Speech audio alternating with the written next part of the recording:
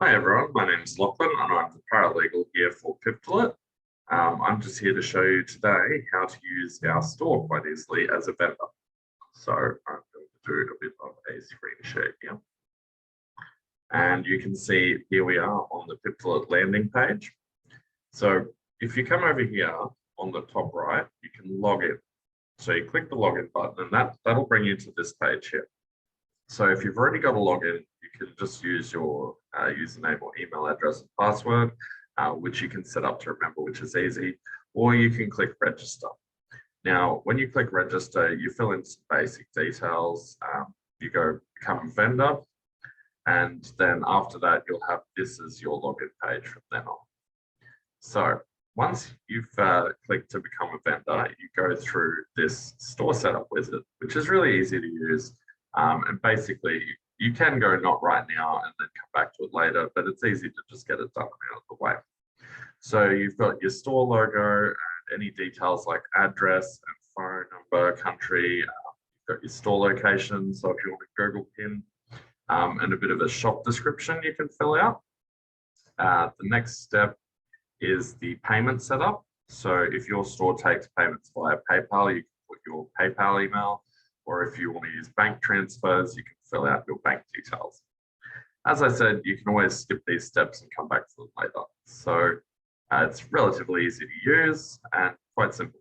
So here we have your policy set up. So this is if you want to have a different shipping or refund or cancellation return exchange policy to what we use, but feel free to use our general one, chop and change it to what you think suits you.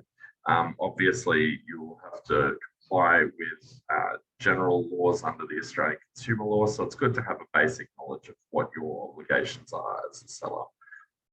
So yeah, once you've done that, you go continue. Then you've got your support setup.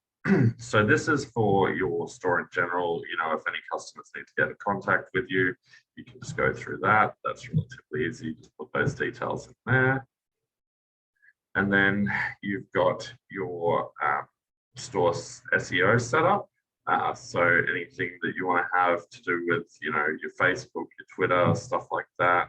But then on top of that, you've also got more of a social setup. So if you want to have any further links, you can always add those too. Once you've done that, you're all done. So you get to go to your dashboard. Now your dashboard will look like this. So from the home page, if I can get to that, you can see you've got here a little, it'll tell you what your gross sales are, earnings, how much you've sold, how much you've received.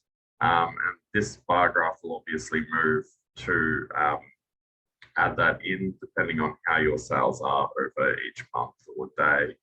And then, you know, you've got all your analytics, sales by product, notifications, all this stuff, which is always good to know.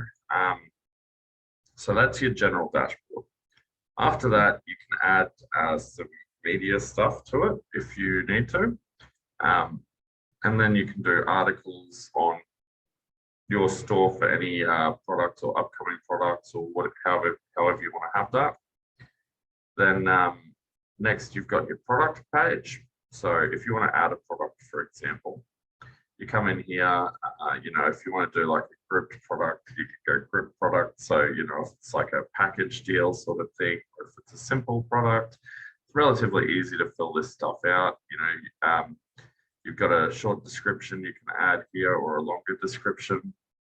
It's important to have your SKUs so that you can keep an idea of your, you know, what each product's relevant number is.